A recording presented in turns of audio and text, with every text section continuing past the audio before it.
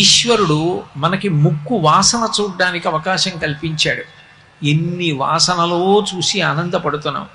ఈశ్వర, మీరు నాకు ముక్కిచ్చినందుకు కృతజ్ఞత, ధూపం వేస్తున్నాను. ఈశ్వర, మీరు నాకు చర్మం ఇచ్చారు.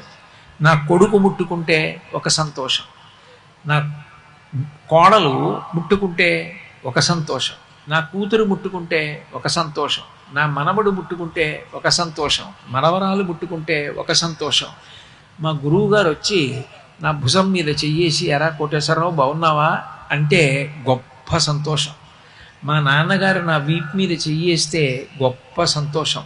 ఒక్కొక్క స్పర్శలో ఒక్కొక్క సంతోషం. మీరు నాకు చర్మానికి స్పర్శనిచ్చారు, ఇంత ఉపకారం చేశారు. దీనికి కృతజ్ఞతగా నేను మీకు చందనాన్ని అనులేపనం చేస్తున్నాను. పూజ 5 కూడా పంచసంఖ్యోపచారిణి అంటారు లలితా సహస్రంలో. ఈ 5 ఇచ్చినందుకు 5 ఉపచారములు కనీసం చెయ్యాలి పూజలో ప్రతిరోజు.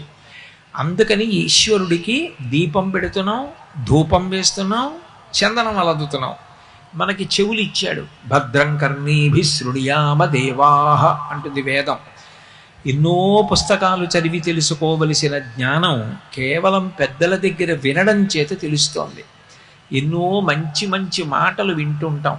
తండ్రి మాట్లాడితే, తల్లి మాట్లాడితే, భార్య మాట్లాడితే, బిడ్డలు మాట్లాడితే ఎంతో సంతోషంగా ఉంటుంది. అటువంటి మాటలు, సంగీతం, పక్షుల కలకూజితాలు ఇవన్నీ వినడానికి మీరు మాకు చెవులిచ్చారు. కాబట్టి ఈశ్వర, మీకు మేము పువ్వులతో పూజ చేస్తున్నాం.